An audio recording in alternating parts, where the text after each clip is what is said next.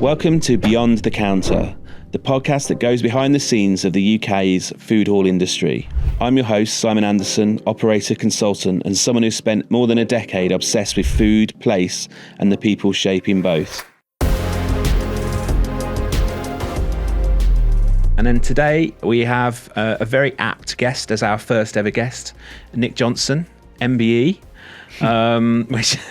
Who is the founder and creative force behind Altrincham Market, arguably the first food hall as we know them in the sort of modern understanding of the concept today, and has also followed that up with Mackie Mare, Picture Dome, and various other hospitality businesses. This is very much the second, maybe third, maybe fourth or fifth career of Nick's, but today we will delve into the foundation of Altrincham Market. Nick's views are particularly around regeneration and the importance of independence, and again find out some fascinating facts about a really interesting and a dynamic journey to where we are today. So hi Nick. Hello, Simon. How are you? I'm good, thank you. A little wet in London town today. It's a nice reversal from. It is. I brought the weather with me. Yes. Okay. So it would be impossible to start a podcast or any form of conversation with you without really exploring your unique background. So I thought if we could take a certain amount of time just to sort of delve into that story of one, your kind of history and background, particularly your sort of love and passion and for Manchester and how that's developed over the last 30 years, and then also how that then evolved into the creation of Altrincham Market, and then we can go on and then talk about where you see the impact on food halls in terms of regeneration and story going forward, and we can go on from there. So sure, yeah. Again, just sounds good. For yourself, I mean, for you, where did this kind of journey start for you? In essence, what is the background? What do you think shaped your path? It depends really how far you want to go back. I suppose I'm 60 now, so I'm kind of cracking on a bit. And as you say, I've had a number of careers. But when I was an 18-year-old, I went with my mates to Edinburgh Festival, as you do this time of year, when it was, a fascinating experience. Yeah. And I remember driving back from Edinburgh in my turquoise Beetle and going through parts of Scotland in the outliers of Edinburgh and the outliers of Glasgow. I'm not quite sure which way we came back because the path back to Manchester from Edinburgh isn't via Glasgow. But there were suburbs with shops and with places that I didn't recognise. Yeah, and it occurred to me, even back in those days, which will have been 1980 probably, that we were facing a term that has lived with me since that moment, which was the erosion of regional identity. Yep. And it was clear, or it became clear to me that what was happening was that the tapestry, the elements that define the identity of places was beginning to be taken away from us. It was more advanced in areas of Britain, I suppose, than Scotland, than England than Scotland. And it was the fact that the high street was becoming this kind of replica of brands, way back when, and we were seeing what then. It was before I'd kind of identified the importance of independence, but it was what was happening was that the independent businesses were being taken away from those places, and that was undermining the sense of place. And it was the erosion of regional identity was an idea that then developed. It was a kind of provocation. It was a thought, and it's morphed into a whole series of different things in my life. But it has remained a cornerstone of influence to the things that I subsequently did and have done.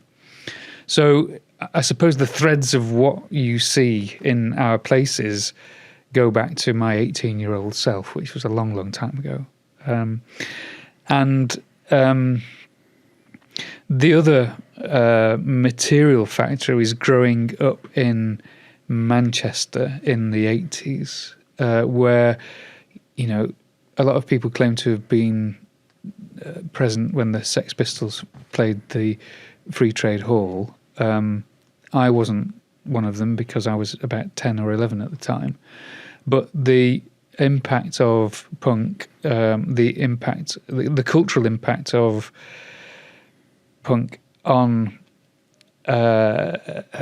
more than a generation, because the effects are still being felt as people have got to high positions within major companies now. But for me, it was the ripples were very close. I was kind of the next generation. I was 5, 6, 10 years behind the people that had orchestrated and delivered all of that. But that cultural movement had a profound impact on a way of thinking about things that was transformational, and it was having an impact also on Manchester, in the post-punk environment in Manchester. The cultural scene, the emergence of the music scene was incredibly powerful at the time. And it's one of the reasons why I, post-graduating from Sheffield Poly, stayed in Manchester, because there were reasons to stay there. There was a legitimacy. If you said you were from Manchester, there are two things that people think about generally. One is football and the other is music. Yeah.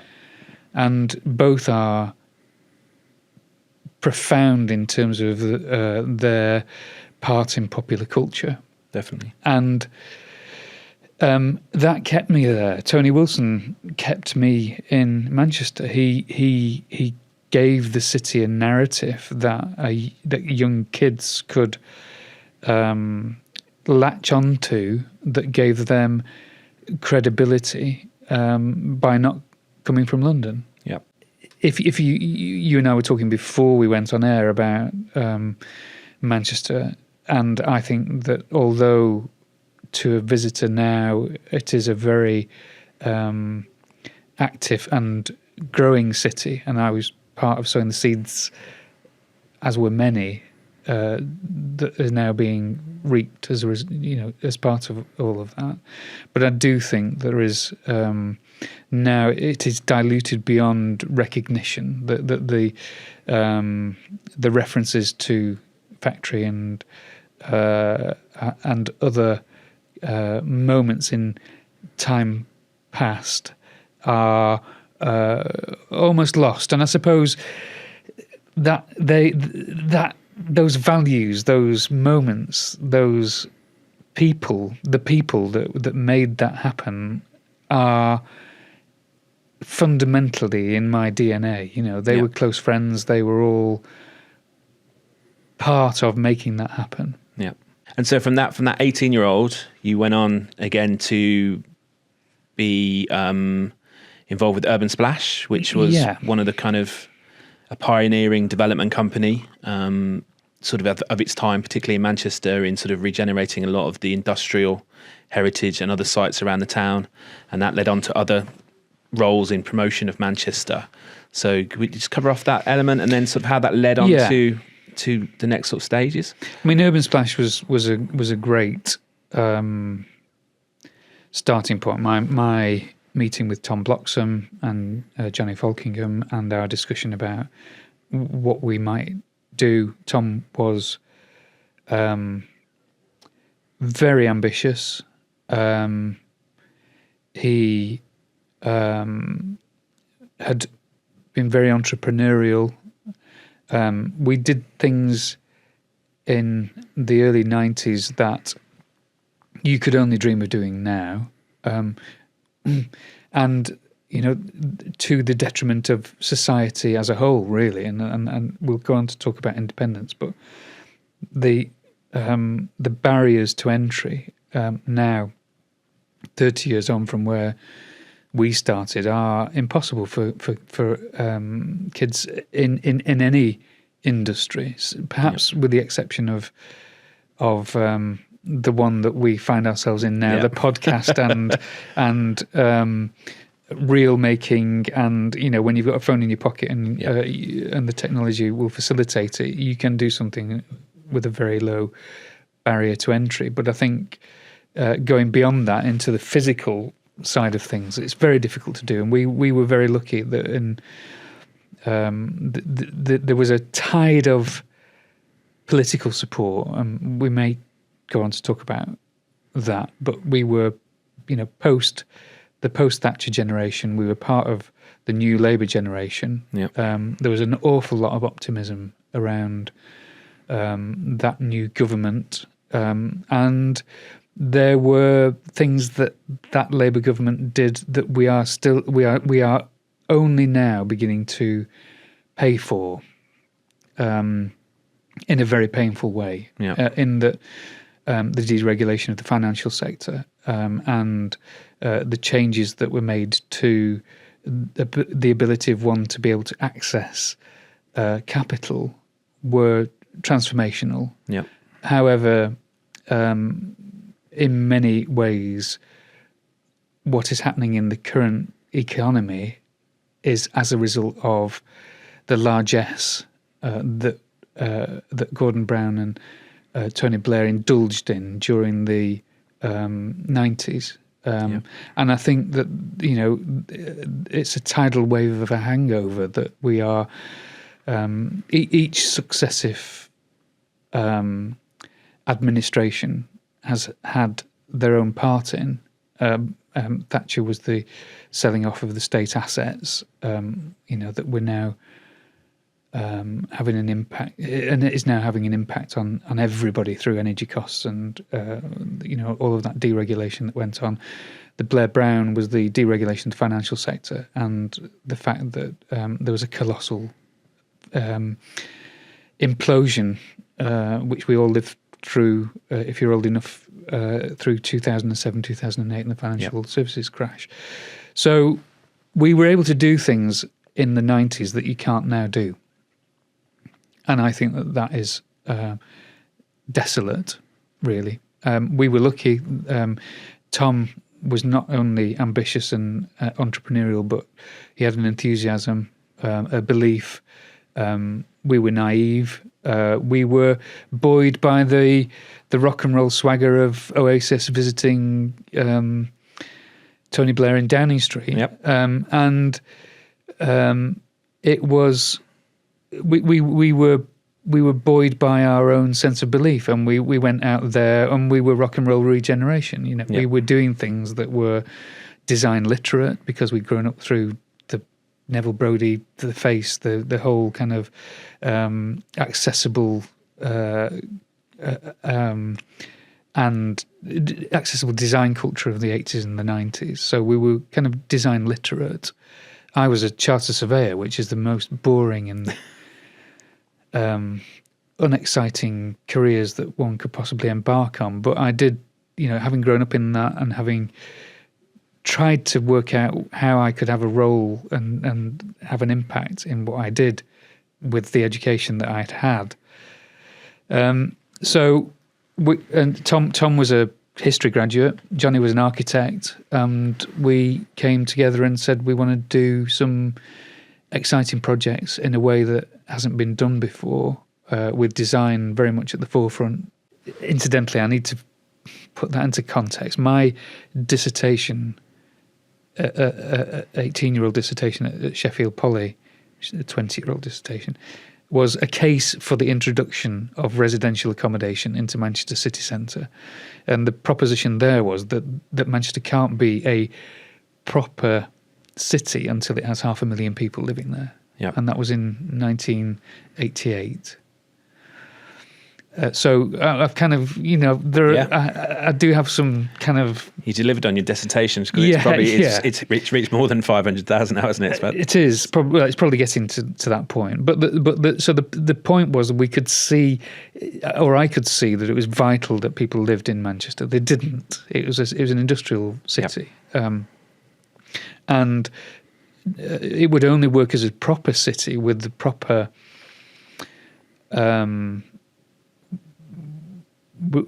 infrastructure by way of bars and restaurants, and facilities for families and all of that kind of thing, if there was sufficient number of people living there. And only then would you be able to get the rich experience that I wanted to see in my city. I wanted great restaurants, not Michelin-starred restaurants, but good places to eat, everyday stuff. And the means to achieving that was quite long-term, slow burn. You needed 500,000 people living there before you can actually deliver that. You can't put the cart before the horse. So the grounds of where I am today are firmly founded in that kind of history. And that led to a whole series of unnecessary appointments as in part of the establishment that effectively led to my lost decade. Yeah. So when the establishment hunted you down and tried to silence you by making you one of them, and that led to the next. Did that lead to the next stage? Where does that? If you were taking stock of everything you'd got to that point, how did? Is that when Altrincham came about? We'd done some amazing things at Urban Splash, and we were riding on a high. And my swan song was New Islington, which has been corrupted beyond all recognition. But I'd begun to lose a bit of faith in 1999. We were doing it because we'd become kind of samey. We were kind of second or third album territory. We were we didn't have that. Anger or hunger or originality that you have in your first album. Yep. And I'd kind of thought, I'm beginning to lose enthusiasm about this. It's a repeat, same put the same old song on repeat, reinvent it slightly. And I met a guy called Will Alsop, a wonderful architect called Will Alsop, who completely and utterly transformed my perception about architecture, about place, about people, and about the power of those three things. Yeah. And that was an epiphany for me. Meeting Will and the people around him was profound and reinvigorated my enthusiasm for design and for architecture and for making places. And at the same time, Urban Splash was kind of becoming we were rock and roll regeneration. We were seen as the kind of cool kids who were doing crazy things, and we believed our own publicity. I mean, that was part of the problem. We believed our own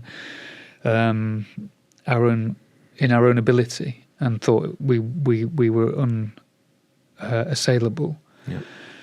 So I was invited to be and became the chairman of marketing in Manchester for 7 years. I was a visiting professor of architecture at Yale in the States for 3 years. I was a CABE commissioner in London. We were the Commission for Architecture and the Built Environment. It was the replacement for the Royal Fine Art Commission. We presided over judgment of public buildings that were coming through the planning process and receiving public money. And that made me very much part of the establishment. And I realised that I was attending meetings, I was sitting around boards, there were lots of intelligent people with invigorating ideas, but nothing was happening. I was used to having an invigorating idea and then go out and prosecuting it 3 weeks later. Because when we started Urban Splash, development projects would be 3 weeks in the architect's office. You'd go to the planners. 3 months later, you'd have planning permission, and three months after that, you'd be on site, and you'd be completed within 18 months. And so the gestation of these projects was really quite short. Yep. When I left, there would be 13 people in that room. It would take 3 years to get to a planning application. It would take sometimes longer than that. It would take 7 years to get on site, and the whole thing was this kind of crazy train of people who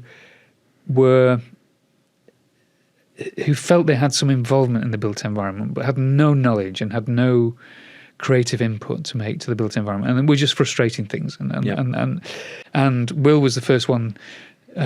First architect that I'd come across who celebrated people who wanted to dress buildings around the deviance of human behaviour, who would do things that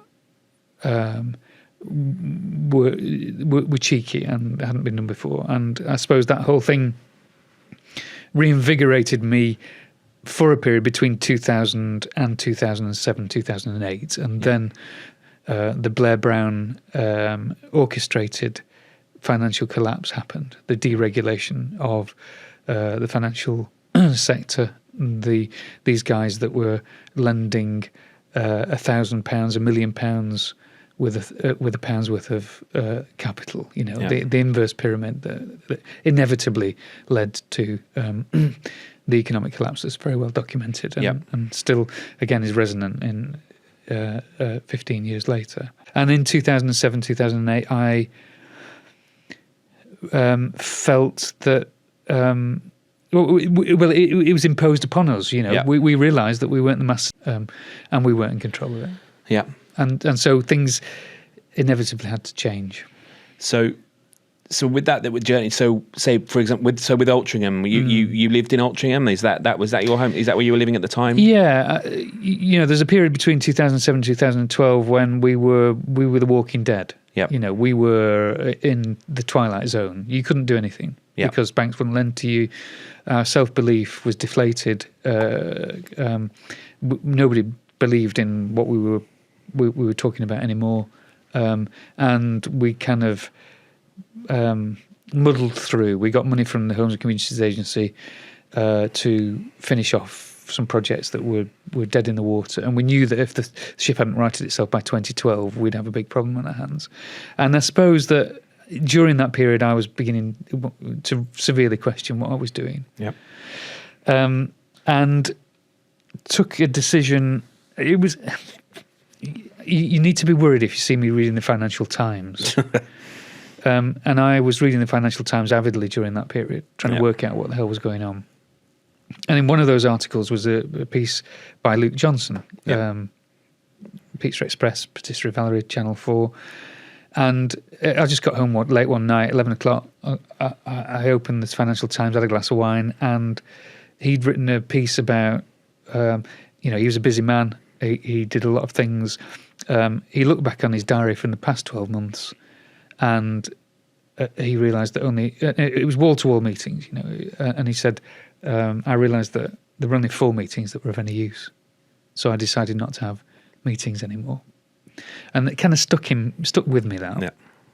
So fast forward to 2012, there were too many people at the top table in Urban Splash to support it in its in whatever form it re-emerged. And I said to the guys, look, provided I can exit with in context of the economic conditions at the time, a fair package, it's not what I thought we were going to end up with, then I'll go. Don't worry about me. Because I genuinely felt I needed to reinvent myself. And I left in 2011, 12 actually, not really knowing what I was going to do. But I knew that I knew that I had been most potent when I was half my age. So that I was 50 then, in the region of getting up to 50. I knew that actually we'd done the most interesting things with my partner, Jenny, when we were 25. Now, you can't do anything about halving your age, but you can start to work with people who are half your age. Yeah. In 2012, I decided that, or I had an epiphany, another epiphany, which was, and I said this to you before we went on air, I can't remember the three. There were three things. One was a page out of Luke Johnson's book, which was never to attend another meeting. Yep. And I've stuck by that since 2012. Or certainly never attend another meeting with more than 3 people in, because it's pointless. Yeah. The second was never to sit on another board. So and again, I've resolutely stuck to that. I will not sit on any talking shop, any board, because I did a lot of talking, said a lot of things, and nothing ever happened. The only way you can make things happen, particularly as an independent enterprise, is on the shop floor, is being involved in your business at the coalface and making those calls on a day-to-day basis that have an impact on your business and the business and the impact on the people that surround you. And of course, independence is a beautiful word. It sounds like Donald Trump. Beautiful word. It's not. Independence is a great word because of it can end ENTS or it can end ENCE. Yep. And both of them are very potent. And when I'd grown up in Manchester in the 80s, and there were all those bands emerging, they were all independent labels. Yep. And they weren't signed to big corporations. They weren't EMI or Warner Brothers. They were signed to cool independent labels. And the badge of independence was a really cool one and really important. And then suddenly it came to me that independence is the most potent, most important thing that you can possibly have, actually, as a business person. And it offends me. And I've had roles in Westminster and in government. I've sat as an advisor on select committees into regeneration. I've done my time and understand enough about the operation of, and been close enough to it, the operation of government, to know that there is a failure at the heart of government to understand and value the importance of independence. They dismiss the independent business sector, and that's food or its other sectors, as the small and medium enterprise sector. It's irrelevant. And it's not. I listened to Martha Lane Fox the other day on Radio 4. She said, and I don't know whether these statistics are right, but something like 80% of the GDP of the UK economy comes from the independent sector, and yet we're not represented. Yeah. The independent sector is not represented. The government pays no attention. In fact, quite the opposite. This administration has actually done more damage to enterprise than any generation, than any government in the last 30 years. Definitely. Particularly the hospitality sector. Yeah, particularly the hospitality sector. Yeah. They have failed the culture of this country by its ignorance in relation to the value and the importance of the hospitality sector. Yeah.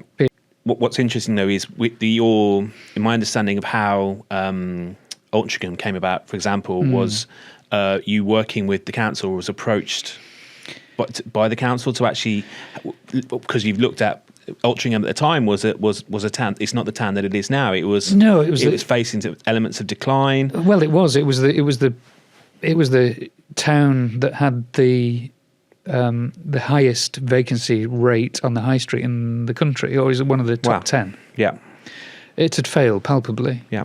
And I'd made the decision to renounce my positions of perceived authority. Yeah. Because for the reasons I've described. And my world was getting smaller. I have 4 daughters, the youngest of which is severely disabled. So she's in a wheelchair and has a very complex disorder. And my world had to get smaller. because I was spending a lot of time in London. I was spending a lot of time in the States, and I realised that I'd spent 2 decades really trying to change places that weren't my own, and my own place wasn't fit for purpose. So I thought, well, and regeneration itself had become this stodgy word, the stodgy industry, involving people who had no knowledge of why they were there, what they were doing. It was just a buzzword. And the point of Altrincham Market was really to demonstrate that this is a different approach to regeneration. It was an attempt to reinvent regeneration. And part of that was because of the background that I've told you about. Part of that was a realisation, having spent 20, 25 years preaching the importance of good design and working with great architects, I realised that if I was to reinvent myself, that I would go completely against that and say design is unimportant. It's people that matter. And the soul in buildings comes from the people that occupy them. And how they use it. And how they use it. And I realised that it's people and the curation of people that is the really profound thing that you can do to effect transformational change. I've stopped using the word regeneration because it's been corrupted. So I saw myself in the role of delivering transformational change in the town that in which I lived. Town being significant because cities, I'd been involved in trying to get the ball rolling in cities since the 1980s. It was rolling and towns were being ignored. They're still being ignored. In fact, it's one of the biggest challenges, again, that doesn't have a voice inside this administration. And what's been done to our towns is nothing short of disgraceful. And this was an attempt to, through a conversation with the then leader of the council, Matt College, who is, a bright guy. He's not at all a politician, and that's why he didn't kind of carry on in that role. But he knew what I'd been involved in the past. He overrode his then chief executive because she wanted to choose the likes of Sodexo to run Altrincham Market. So, we'd had a conversation. Matt had the conversation with me in the January of 2012 to say, will you join the board of Altrincham Forward? I said, Matt, I'm not doing boards. Sorry. I'm not attending meetings. I'm not doing boards. I said, I'll write you a story. I'll paint you a picture in words of what I think this town should be. But I'm not doing anything. I'm not sitting around a table with boring people at 7 o'clock at night when I want to be at home with my family. He said, okay. So I wrote a piece about Altrincham, and Altrincham was a market town. It held its market charter since 1290. I'd always been long fascinated with markets. So whichever city I'd been in, wherever I found myself, whether it was London, whether it was New York, wherever it was, in a rural town, the markets were always really interesting because there were independent businesses who were doing things there that were unfiltered, that were unbranded, that were interesting products of their culture, their region, their identity. So they were all the kind of things that to me had been unpicked. And Altrincham was one of the original market towns. It held its charter since 1290, and I wrote this story and said, Matt, it was a love letter to Matt, really, saying this town needs to become a modern market town. In fact, it needs to become the modern market town. Let's have ambition. Let's put the in front of it. So I've seen images of Altrincham Market when it was the traditional market, and it was very much set up in the traditional format with retail-led stores, little stores that would come up and come down, and some fixed stalls around the side. What was that light bulb moment that you realised that food and drink could be the sort of the engine that could drive that change? You retain market elements with the outdoor traditional market, but what was that? What created that catalyst and that mindset for you? I think there were some great examples. Borough Market was a prime example. And some will say, well, it's it's been gentrified. Well, of course it has. I can't shy away from what the work that I've been involved in for my whole career has been about changing places. Yeah. You can call it gentrification if you like. I prefer transformational change. The Broadway Market was another example here of a place where you got an acceptable and rewarding experience that wasn't manipulated or manufactured. Yeah. And that attracted me. And I wanted to take that experience to my hometown. And there was a market that was palpably failing. Yeah. People were trading there not because they were adding any cultural or economic value, but just because they were in their 60s and just went for a conversation. It was a bit of a social, Yeah. and they were nice enough people, but they weren't really having any profound impact on the place. And I saw the opportunity because awareness was present about markets no longer being pilot high, sell it cheap, which is where Altrincham has really succeeded in the 60s. That was what it through the 30s, 40s, 50s, 60s. It was pilot high, sell it cheap. There was a shift, and it was about provenance, and it was about makers, and it was about growers, and all the buzzwords that people use these days about around. And there was my town with this beautiful Victorian market, and ripe with opportunity for me to really not run a market. I didn't, at that point, I hadn't thought about running it. Yeah. All I wanted to do was effect transformational change and say, curation is the way in which you can effect regeneration in the most cost-effective way. You don't need buildings built by architects. You don't need banks and the investment of hundreds of millions of pounds worth of money. You can actually get Simon, who's making some great food, and invite him to come to trade here, and we'll create something that's really special for 35 quid is the cost of your table, and you've got a bit of a setup, and it's all very authentic and very rewarding and very honest. And that was the opportunity, really. And then Matt said to me in the summer of 2012, we went out for a pint, and he said to me, "Why don't you do it?" And I went back to Jen that night at home and said, Matt said, "Why don't we do it?" And she said to me, "Why don't we do it?" And that was it. Brilliant. So Jen was a chef. No, Jen's a designer, so she did fashion at Manchester Poly. She had become a cook. I would never call her a chef. Okay. She'd become a cook in Atlas. Right. Okay. So I thought that, We opened Atlas Deli as well, which was an ambition pre-internet. So we were selling some pretty. We were listed as a supplier in the River Cafe Green cookbook, which is still there back in the day, and didn't work. It was hopelessly ahead of its time. Yeah. In fact, that's an interesting thing. Tony Wilson gave me a couple of lasting quotes. One of which was from, I believe he got it from David Bowie, because he was always attributed his quotes. "There's no point in being more than 10 minutes ahead of your time."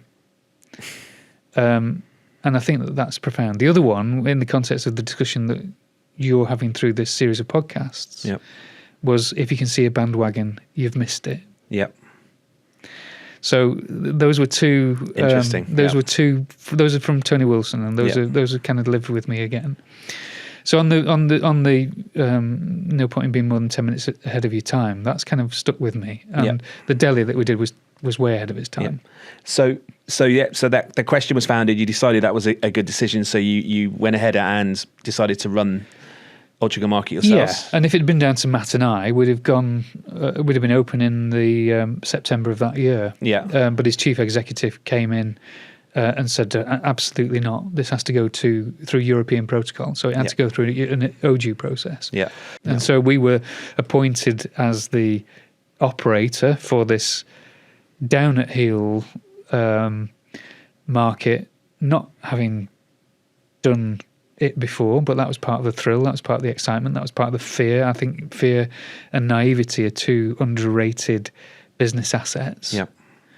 And we were we'd negotiated a lease. Luckily, I was well versed in the processes of local authorities and real estate with my background, so I knew my way through that field.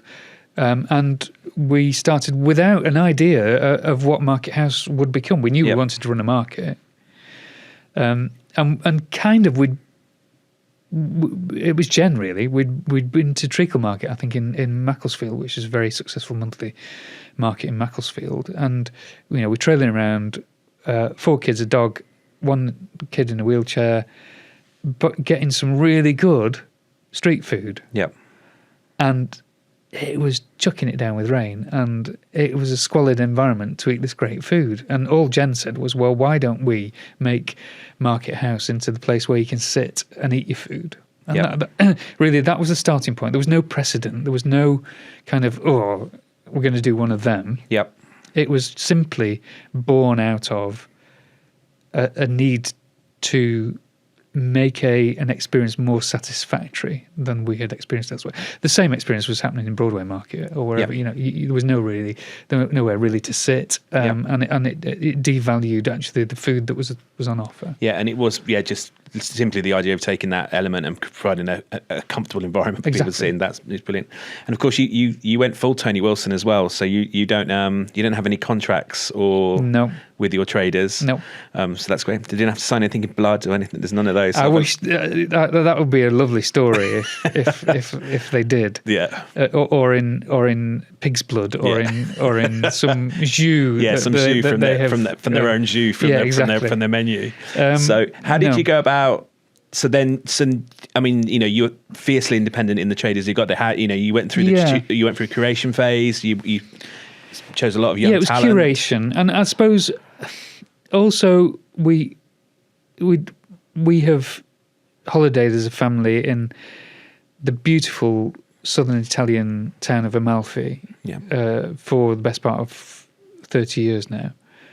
And again, Epiphany sat in the square in Amalfi, and everything is happening in that square because it's people live in the top part of the town. It's no different from a lot of European cities, but there's this compression of human activity of all sorts. People wandering through in the swimming trunks. To there was a clown that was clearly part of the cultural scene of the coast of Italy. The restaurants. There was the Duomo. There were concerts happening there. There were cars driving through the whole thing, and there was. If there's any kind of precedent, it's the square in Amalfi that we wanted to capture that sense of something happening in a town, in a place that defined its identity, that was open to everybody. Yep. And it could have been a square, it could have been the town square, but actually in the UK the weather isn't on our side in the same way it is in southern Italy. So we had to do it in a space that had a roof on, basically. Yeah. So gradually we realised that the market side, which is the covered market next to Market House, is the brick-built market from 1870s. The covered market next to it is a greenhouse, effectively, was just offered cover to the traders. Excuse me. And we realised that actually the covered market was a test bed for people to come and trade their food. Yep. Particularly because food's a big, it's so important culturally and so undervalued. That the point was to say so that Rich Carver, Honest Crust, the one of the godfathers of pizza in the UK now, through his own pizza epiphany in San Francisco with sourdough, came to trade at Altrincham Market, and he had a queue for people queue an hour for these pizzas. And Jen was my A&R person, so she would go out there and she'd clock these people who'd come to trade. And by and large, the people who were brilliant at creating a good plate of food were the worst at communicating themselves what they did. It's a different skill set, isn't it? It is a different skill set. You can't put the two skills together. Different people. And generally, the people who came with a great brand and a great pitch were the worst at doing that. Yeah. Because they got this great idea and they got a great name, but they didn't know how the hell they were going to cook it and what they were going to, So it was the people with a passion for what they did. And Rich had a passion for pizza, and he'd started off. He started off as a trolley dolly. He'd then gone to catering college in Altrincham. He's from way north of Manchester. He then started trading by selling Scotch eggs on the markets in Manchester, and had this pizza epiphany and switched. He was a stay-at-home dad. He'd got 4 kids. Wow. And he started meddling with... I have to say, Rich Carver is probably the best cook I've ever come across. Yeah. He demurs, and he's very shy and very... But if I wanted my last meal, I'd have it cooked by Rich Carver, because he's just naturally gifted at making a great plate of food out of anything. And he made great pizza. He knew the subtleties that went to making sourdough pizza. So he experimented at home. He went out, bought a wood-fired pizza oven. Yeah. We snatched him at Alti, and then I sidled up to him and said, have you thought of making this a business, Rich? You're a stay-at-home dad, but you can't carry on with that. And we've got a space in there, and we could make you. So when we opened, Rich was the first person to be invited. So this is the curation. These people came along, they impressed us, and we had space to make that step from it being a hobby or a side hustle into being a business. Yep. And we invited Rich in, and he was the first person that came inside from the outside. Great. We wanted somebody who was great at selling or knew their beer. We wanted and we wanted somebody who knew their wine. So Rich introduced us to Blackjack Brewery. John Hartley and Rich Fowle and others, and he said, well, I take the pizza oven to the brewery tap, and they know what they're doing. They're only young kids, but they're brewing beer in Salford. So we invited them in.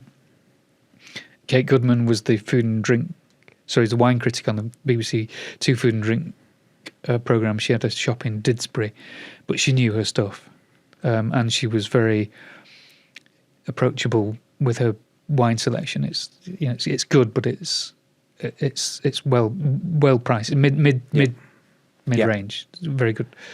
So we had a few people, and we needed coffee as well. And we invited one guy who didn't work out into what was really the second big kitchen.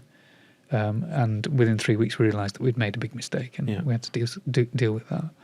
So we started, and people still to this day, or maybe not now, because the concept is well versed now. People have experienced it, but way back in 2012, 13, people weren't used to sitting at communal tables. People weren't used to what we'd created there, and people said this is a great concept, and it was far from conceptual, and I still balk at it being called a concept, because actually sitting down around a table with a great table of food isn't conceptual. It's just part of life. Yeah. It's an integral and enriching part of people's lives, and remains undervalued for the reasons that we've talked about. And it's an art form trying to get a seat at Altrincham Market, isn't it? So it is like you've just got to be assertive, yes, and patient, and we don't pull rank. I mean, in any of our places, we don't get special preference. No. We've got to go in there, and we've got to elbow our way into getting a table. And of course, the amazing thing about the journey is, there's lots of press, there's lots of stories about it, and you're probably better placed to talk about it. It really was a catalyst for transformational change within Altrincham itself. So much so that the Times voted it the best place to live in the country along that way, and it has seen. We got the Observer Food Magazine Market of the Year award, which was a profound game changer. Yeah. And as you say, that was part of that whole. And I don't like the word journey either, but that was part of that whole evolution of what we were. And I think that was significant in terms of the impact. And suddenly we were running a market, we were running a kind of this really busy place, and that wasn't what I'd intended. Yeah. That wasn't what I saw myself doing, but it was a necessary part of effecting that transformational change. I still see the places that we operate equally in terms of regeneration by it all. So it was the whole thing, working with independents, working with these independent businesses, facilitating the expansion or establishment of their own business, all being participants in it. Yeah. So that if Matt at Tendercow had a problem with his electrics, it wasn't just Matt's problem, it was my problem, because we were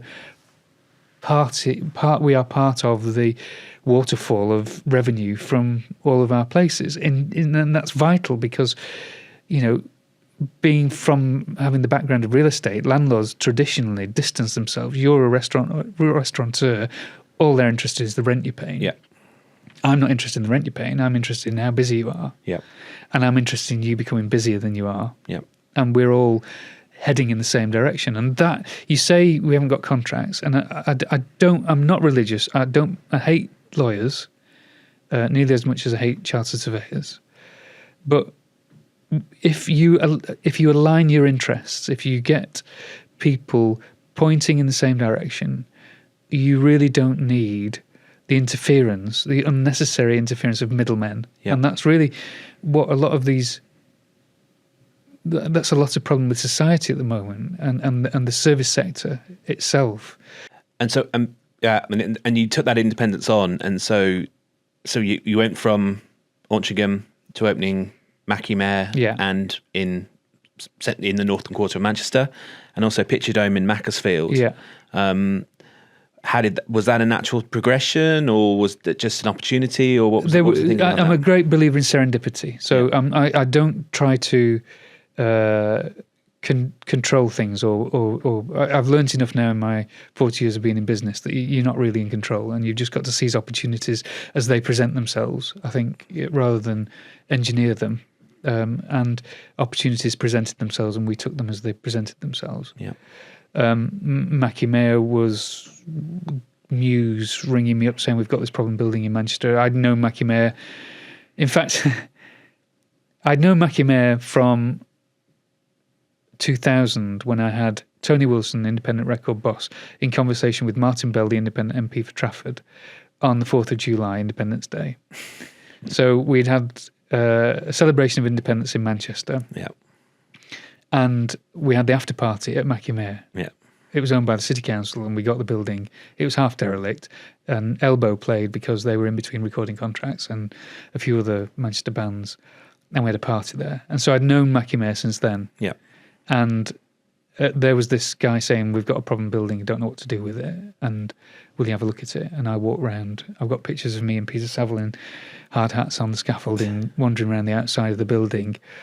And it just seemed, it seemed too good an opportunity to pass by. Yeah. And again, even in this period, that was 16.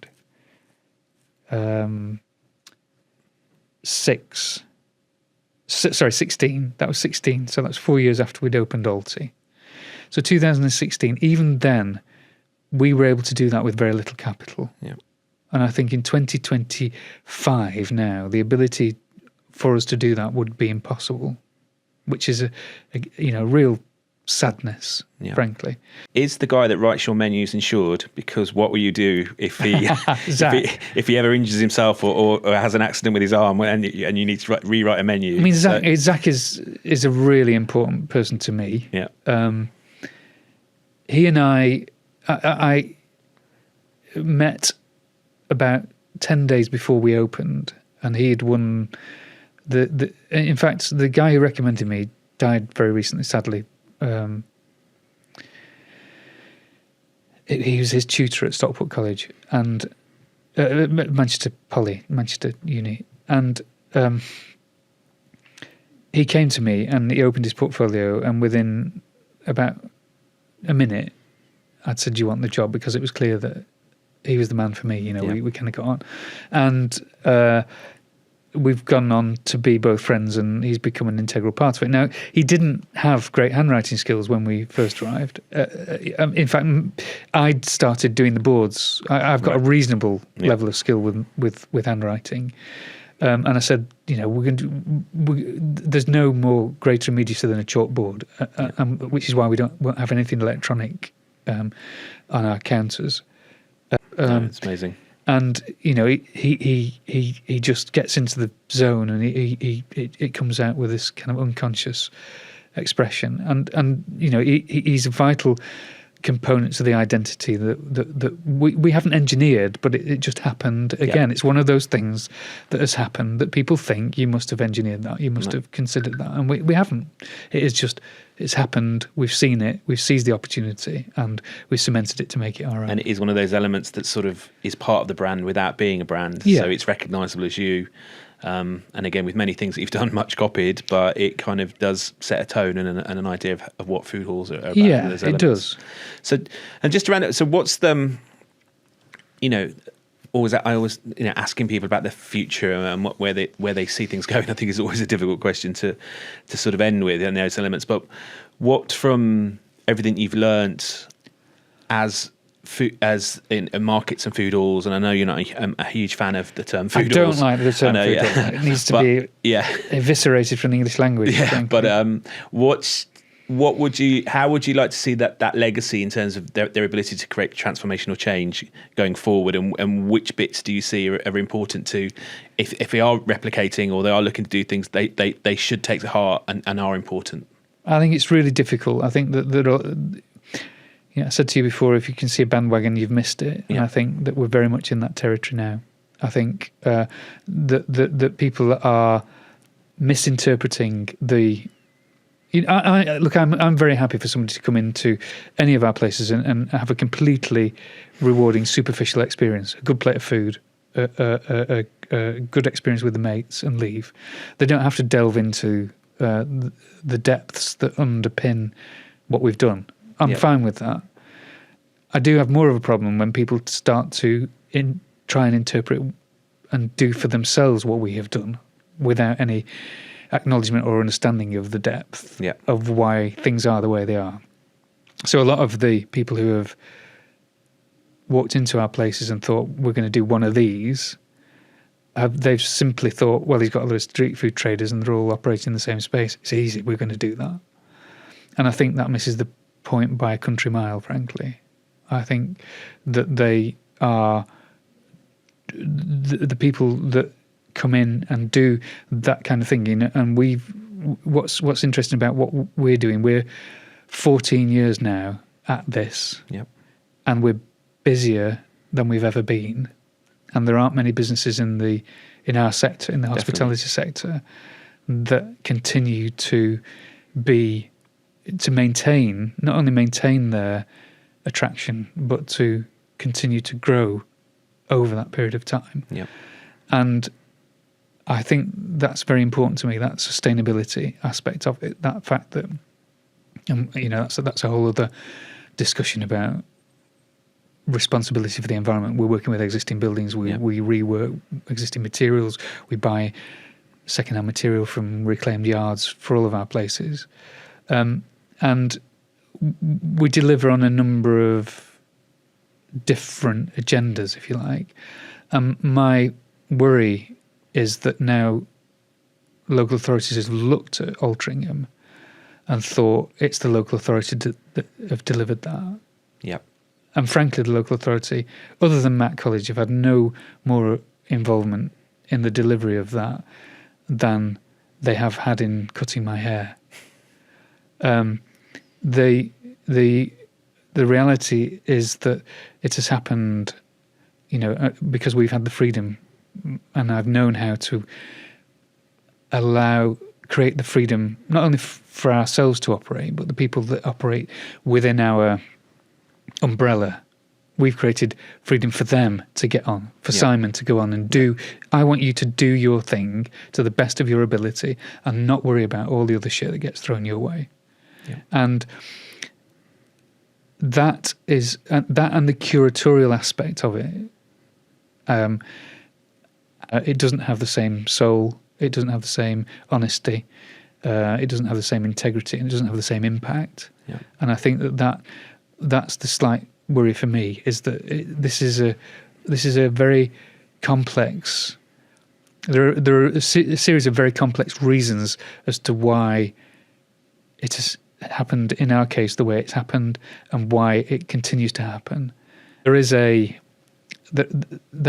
honesty, that soul, and the value that comes from the hospitality sector is not to be underestimated. And frankly, in all of my 40 years of working, the last decade has been the most exciting, the most invigorating, the most rewarding experience, because it's been working with people, doing projects that have worked on very many different levels to deliver a wide range of outcomes. And I think that that's what's been great about it. And I just hope that someone eventually within government will begin to recognise that the independent hospitality sector entrepreneurs should be lauded and encouraged and put where they deserve to be, which is at the forefront of the culture of our country. Perfect. I think that is a perfect point to stop. Thank you for joining us today. And yeah, thank you very much. You're very welcome. Cheers. Bye-bye. Excellent stuff. Thanks, gang. With 44 seconds to go. There we go. Not enough time to ask another question, but yeah. Thank you for that. That was pleasant. It's, Thank you. well, thank you for recognising it, because that's the problem is, there aren't many people like you who get it. Yeah.